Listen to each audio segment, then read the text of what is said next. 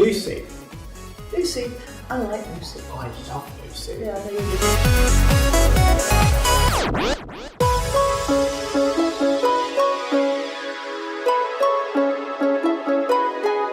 But you get to a certain age and then people suffer. I've never been into suffering too.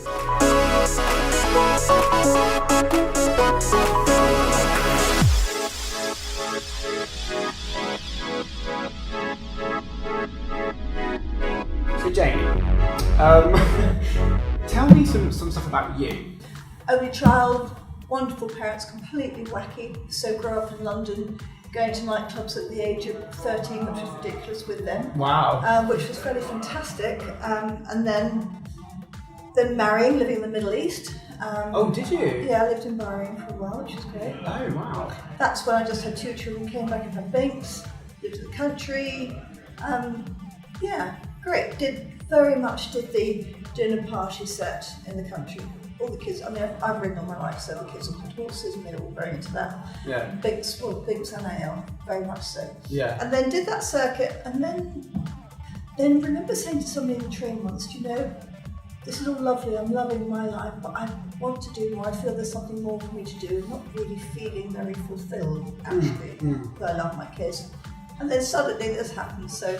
And it's funny, isn't it? Because I guess, you know, you do have to, when you're a mother, you do have to dedicate your life to your children and you have to concentrate on them, which is the good thing to do. Yeah. And that's the best type of mother. You know, I can speak from experience with my own mum and dad. And then you get a chance to kind of do your own thing again, you know, because... If you're lucky. Yeah. But lots of people don't. Right. And, you know, and they end up kind of carrying on the dinner party thing, which was great. And they were great days. But for me, to be able to suddenly come out and find something extraordinarily different is just like being reborn in a way. Yeah. It's just been amazing. And it's just different opportunities, isn't it? Completely. I mean, you know, with regards to your own career and stuff, did you work? That's No, it's weird because... It's a weird question to ask. I don't mean like, did you work? I just mean, you know, did you have a career? Work. I was very indulged. I'm an only child. Wealthy parents didn't have to work. Very protective, very possessive. Your parents were? Yes. Yeah. So in the nicest way. So I was encouraged. I was allowed to work within the family businesses. Oh, nice. So I never really got out in the real world. I had a brief job working for Danielle. I was a ground stewardess, I was rubbish, of course. And then I married. So no, I never really had a proper life as these kids today have a life. I never had that life. Right. But I don't think any of us ever did. I think we all kind of grew and was brought up to marry and have children. Well, it was different. It was Really different. It really so that's was. what I'm saying. For me, this is like our rebirth. So now here I am. Well, I mean, it's a fantastic opportunity. Yeah, and because the show has given you opportunities such as your column with the Mail Online, in which you are kind of a columnist blogger almost, but you're an agony aunt. Yeah. As well. Yeah. So you're giving people advice, which makes total sense because as we've discussed just a minute ago, you give advice to people on the show all the time, and so you're doing that now in a newspaper. I mean, that must be great. Do you enjoy it? Yeah, I love it. Yeah. I love it. I love the fact that people come to me, you know, because there are things that are actually I can see so basically, and they could as well.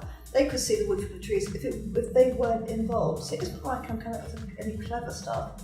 It's just obvious stuff. But these people that write to me are too involved in it to see that. So I just make them aware of what is quite clear to us all. So, and that's very fulfilling. That's very rewarding. And you also chat about your own goings on and, you know, your own musings. And I was just saying to you before we started rolling that I find it's not too self-indulgent, it's very informative, you know, and it's actually nice to read because you're not one of these kind of columnists who is banging on and being too over-opinionated and being all me. You kind of find that balance, and I think that's really great. And the fact that you're doing that now in a newspaper, I think is brilliant. Well, thank you. The thing is, it was suggested by a few people that I wrote more about me.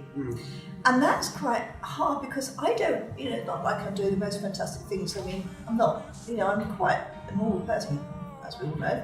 And so my life is quite mundane in some ways. So then I just write about that. And, you know, and that makes me laugh because I'm then searching for and then there will be something that's amused when I end up writing about that, and it kind Like of this, like the speed awareness course.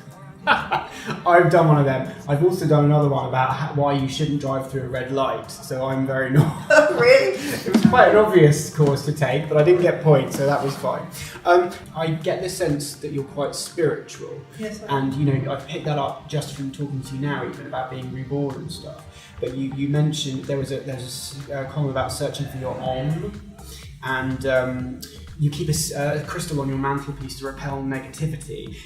True. So I've always been very spiritual. It's more so as I've aged. I think that's pretty much for everybody. It's a very important part of my life because it's so obvious, really. You know, we have to be aware and we have to look after ourselves and other people and their feelings. All those things are really important. And I did go on. And there's also the other thing, you know, I write this blog. Now, if I were to write about these sorts of things, there are going to be so many people out there that, oh, well, she's completely lost it. She's completely barking now, she's wacky, you dismiss her. Yeah. Which would be such a shame because actually it's out there and everyone's getting involved. There's a massive sort of awakening and this sort of enlightenment is occurring. So, yeah, it's what I'm really about. If I ever took the cloak off, I would be accused of being barking, but yeah, I believe it. Well, I think it's very clever the way you do it. Thank you. Very clever indeed. Thank you, because well, what I'd like to get over is the fact that I'm not wacky, I'm not barking, I'm very much in the real world. But I'm quite broad-minded, and I think we all should be. And I think everyone's got a little bit of crazy in them. And I don't think that's a bad thing.